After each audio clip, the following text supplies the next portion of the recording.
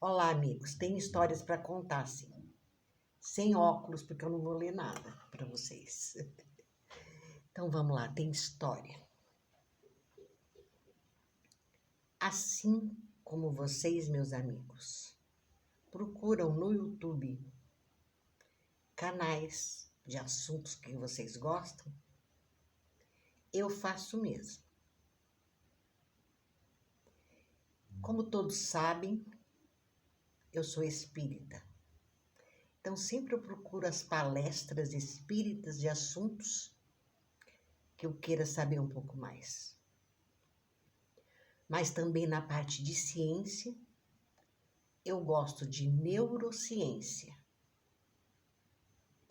E eu peguei um vídeo da Anete Guimarães contando 2 histórias que eu quero contar para vocês.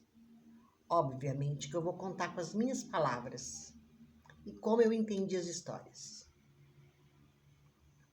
Se vocês pegarem o vídeo dela que conta essas histórias, vocês vão ver que ela dá os cientistas que descobriram isso, aquilo outro. Então, são bem tópicos, assim, científicos, tá? Tudo em neurociência. Épocas, datas, tudo de quando foi descoberto. As coisas que eu vou contar para vocês nas histórias. Então, vamos lá. Eu gostei dessas 2 e vou contar as 2 para vocês. Conta ela que na década de 60, cientistas descobriram que quem tem um problema no lobo frontal ou os lóbulos anexos ao frontal, se tem um problema aqui, se tem uma deficiência, eles têm todas as chances de serem psicopatas. Todas as chances para serem assassinos. Mas é uma deficiência no cérebro, no lobo frontal. Aí ela conta uma história, que tinha um serial killer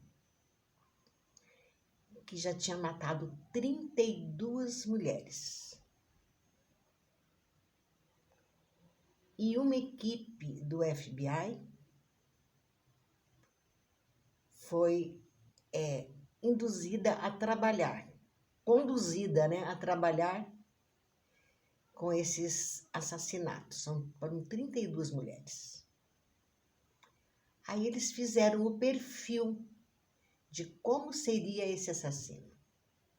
Encontraram alguns. Aí foram pesquisar um por um, que eles haviam analisado o perfil e que poderiam ser o serial killer.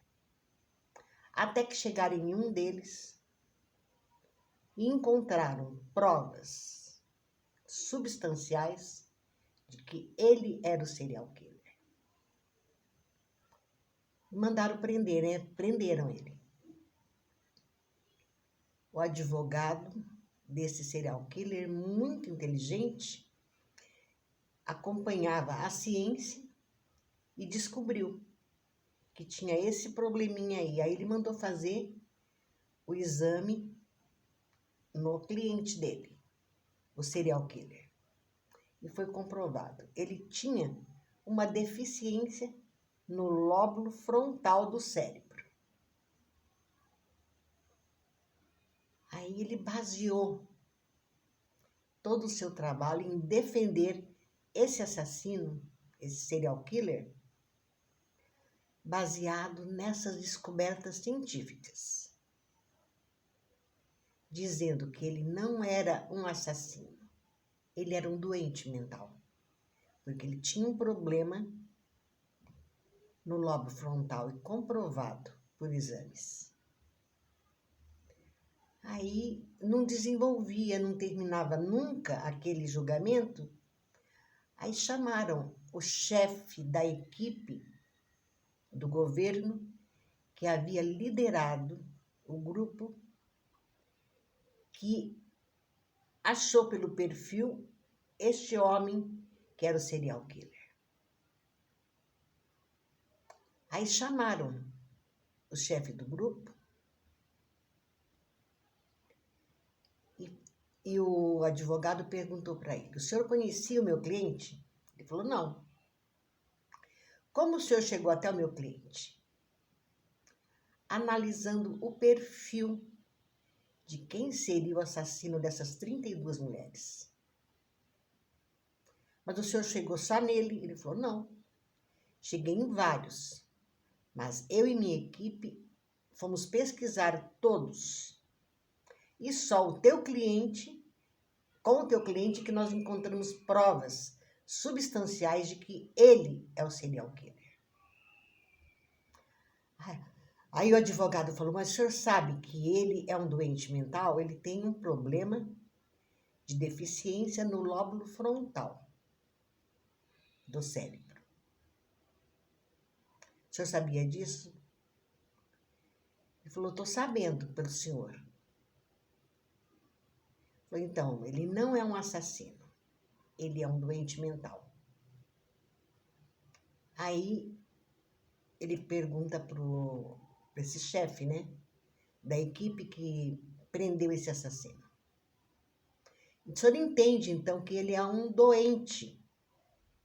Ele não é um assassino? Aí ele responde para o advogado: não, o teu cliente é um assassino.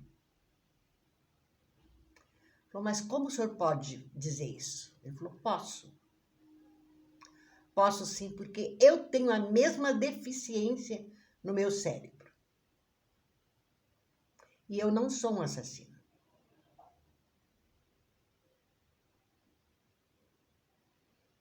Bastante reflexão nós vamos ter depois. Porque eu vou contar a outra história para vocês. Todos nós sabemos dos horrores da Segunda Guerra Mundial, que foram os campos de concentração nazistas. Em Dachau, na Alemanha, tinha um hospital num campo de concentração. Nesse campo de concentração, nesse hospital, quem chefiava tudo era Mengele.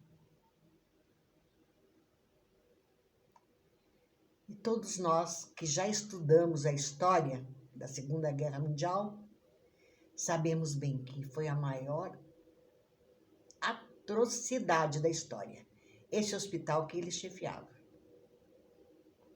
Foram feitos pesquisas com judeus e outros semelhantes vivos. Um exemplo. Vamos fazer um corte aqui para ver quanto tempo ela aguenta a dor. Outra coisa. Vamos cortar aqui a carótida dela para ver quanto tempo ela sobrevive sem essa carótida. Vamos cortar a segunda carótida para ver quanto tempo ela sobrevive. Vamos tirar o coração dela e vamos tirar fora do peito para ver por quanto tempo o coração continua funcionando. E ver se ela sobrevive. Eram tipos de coisas assim assustadoras. Coisas que a gente não consegue imaginar. Aliás, eu não gosto nem de falar essas coisas porque eu não gosto de contar coisa ruim.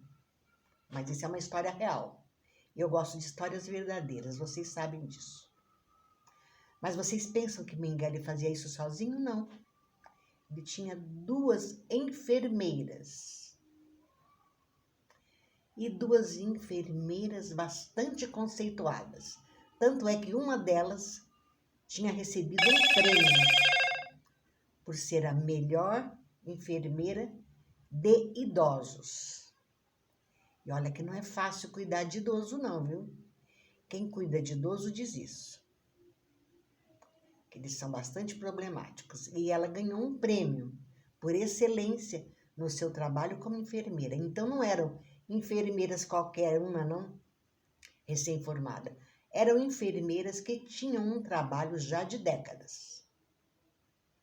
e eram muito bem conceituadas. E essas enfermeiras é que eram as responsáveis por anotar nos cadernos de Mengele todas as experiências que ele fazia. Então, ele descobria uma coisa lá, elas iam lá e anotavam. Dia, hora, paciente, sexo feminino, masculino, qual tipo de experiência e detalhes, todos os detalhes. Tanto é que tudo que ficou de Mengele de anotações foram muito disputadas para poderem ler tudo que tinha sido anotado. Mas não era ele que anotava, não, eram as duas enfermeiras, viu? E duas enfermeiras conceituadas. Elas acompanhavam todo o trabalho dele e anotavam tudo, com detalhes. Quando terminou a guerra, elas foram presas e foram julgadas pelo trabalho que fizeram. Mas Mengele, antes de terminar a guerra, conseguiu fugir para a Argentina. Da Argentina, ele migrou para o Brasil e veio para São Paulo. Quem descobriu isso foram equipes de procuras, judeus que procuravam os nazistas, que eram considerados os horrores da guerra. E eles acompanharam. Aí você fica pensando, meu Deus, qual é a aparência desse horror desse homem, né? Aí eles confirmaram que ele morava num bairro residencial de classe média em São Paulo. E os seus vizinhos foram consultados sobre o vizinho, né, Mengele, e perguntaram se sabiam que ele era o Mengele. Falaram, não, quem que é o Mengele? Aí eles falaram, vocês não estão sabendo? E falavam. Eles não acreditavam, eles falaram assim, gente, ele era um homem tranquilo, calmo, educado, um cavalheiro. E em outras pesquisas, que esses grupos de judeus que andam à procura dos nazistas que fugiram, diz que procuraram saber a história dele antes dele estar em Dachau, na Alemanha, nesse campo de concentração. E disseram que a ficha dele era limpa, limpa. Um médico muito conceituado e muito querido por todos da região. E a aparência física era de um homem bonito, muito elegante, muito cavalheiro, muito respeitoso. Então, o mal não tem cara, viu, minha gente? Nós não sabemos por trás de alguém quem essa pessoa é. O meu avô tinha o costume de falar. Para você conhecer uma pessoa, você tem que comer uma saca de sal junto com ela. Aí você vai conhecer. Nossa, meu avô comprava saca de sal daqueles sacos grandes. Porque ele criava cabritos, ele tinha lá a criação de animais dele, então ele dava sal na ração desses animais. Agora, vocês imaginam, não é um pacotinho de 1 quilo que a gente tem costume de comprar, não, era uma saca. Então, meu avô falava que só depois que você comer uma saca de sal com uma pessoa, você vai saber quem ela é. Complicado, né? Bem, eu como tenho problema de pressão alta, sou cardíaca, tudo sal é mínimo na minha comida. Um saquinho de sal de 1 quilo dura 6 meses para mim ou mais. Agora, vocês imaginem uma saca de sal.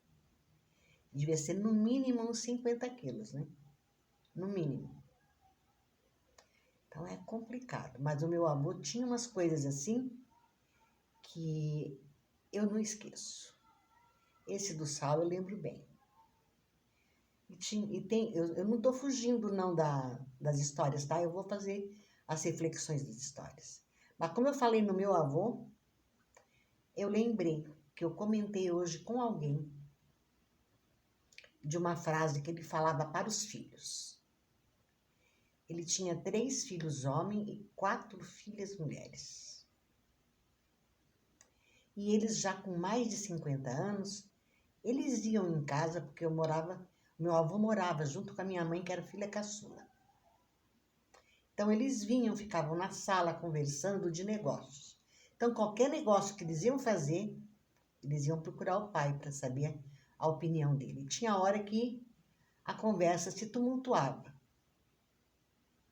Meu avô não era de falar muito, não. Ele falava até baixo demais.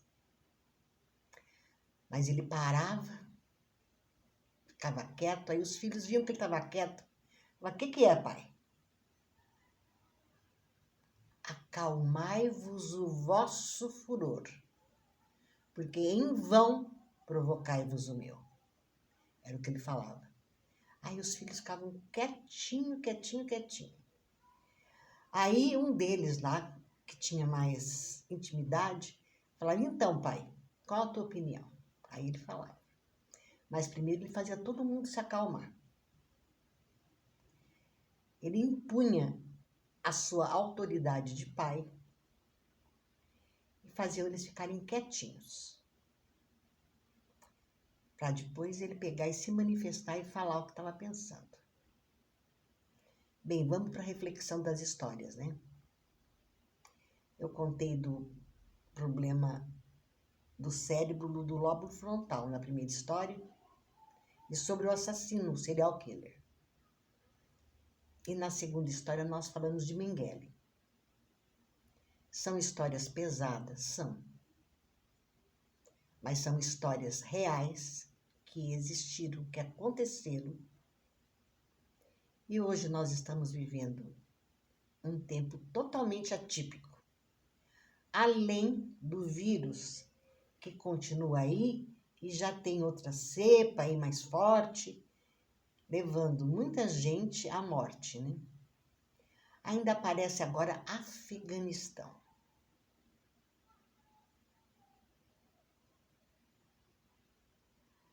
E ainda aparece o terremoto no Haiti. Sim, tem muitas coisas pesadas. O que nós temos que fazer? Existe na humanidade muita coisa ruim, existe sim. Mas também existe a nossa capacidade de eliminar da nossa vida esse tipo de assunto. Jornal raramente eu assisto. Às vezes 1 ou 2 no máximo no dia. Então é raro mesmo. Filmes, quando eu vejo que são filmes de terror, coisa desse tipo, eu nem assisto. Eu não vou perder meu tempo com coisa ruim. Eu prefiro procurar uma coisa boa para assistir e eu sempre acho no YouTube, tá? Todos os assuntos que a gente quer saber um pouco mais, sempre tem. É só procurar. Então, essa paz interior que nós devemos manter só depende de nós. Então, vamos eliminar de nós as coisas ruins. Saber. Veja bem, o nosso ouvido vai escutar qualquer coisa, vai, né? Mas se você selecionar, ele só vai escutar o que você quer saber. É muito importante que nós prezemos pela nossa paz interior. Eu tenho o costume de falar que eu tenho mais passado que futuro. Isso é uma realidade.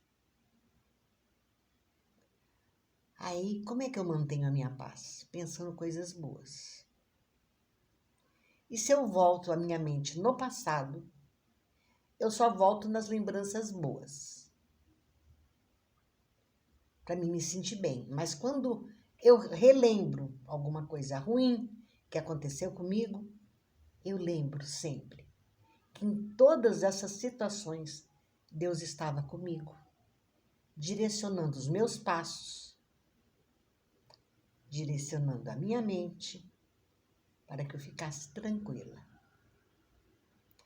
Então, essa paz interior é possível, sim. É só nós nos lembrarmos que nós temos Deus cuidando de nós.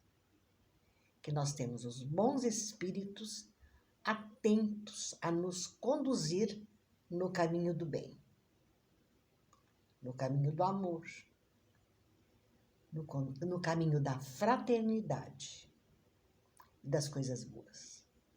Quando nós damos umas resvaladas e saímos do caminho, nós temos a noção na hora que estamos saindo fora do caminho. Então, Deus nos presenteou com isso. É um sentido que nós temos de saber o que é certo, o que é errado. Todos nós sabemos, nós não precisamos que ninguém nos diga isso. Nós sabemos o que é certo e o que é errado. E toda a responsabilidade de nós estarmos bem é nossa mesmo. Ou você quer ser uma enfermeira do Mengele? Eu não quero. Gente, essas duas histórias dá para vocês refletirem em muitas coisas. Eu posso falar até mais, mas vai ficar muito longo o vídeo e vocês vão cansar. Então, estou parando por aqui. Mas eu vou preparar, nesta semana, um outro vídeo contando mais histórias verdadeiras para vocês. Filme eu não estou indicando nenhum, porque não assisti nenhum nessa última semana que tenha me chamado a atenção. Porque um filme, para me chamar a atenção, tem que ser uma história real, tem que ser uma história que me transmita alguma coisa de bom. Eu até assisti um que eu vou comentar. O Impossível. É muito triste, mas é uma história real. Se vocês quiserem assistir, assistam. Eu gostei. Eu só não gostei depois de ficar pensando nele. Eu nem quero pensar nele. Porque realmente é uma tragédia que aconteceu, que nós vamos nos lembrar. Vocês vão se lembrar quando assistir. Foi quando nas Filipinas teve aquelas ondas gigantes lavando toda a terra. E levando todo mundo junto, construções e tudo mais. O nome do filme é O Impossível. É bom de assistir para a gente saber que essas coisas existem. Só por esse motivo, mais nada. Mas para refletir, vamos refletir em coisas boas. Por hoje é só. Até o próximo vídeo.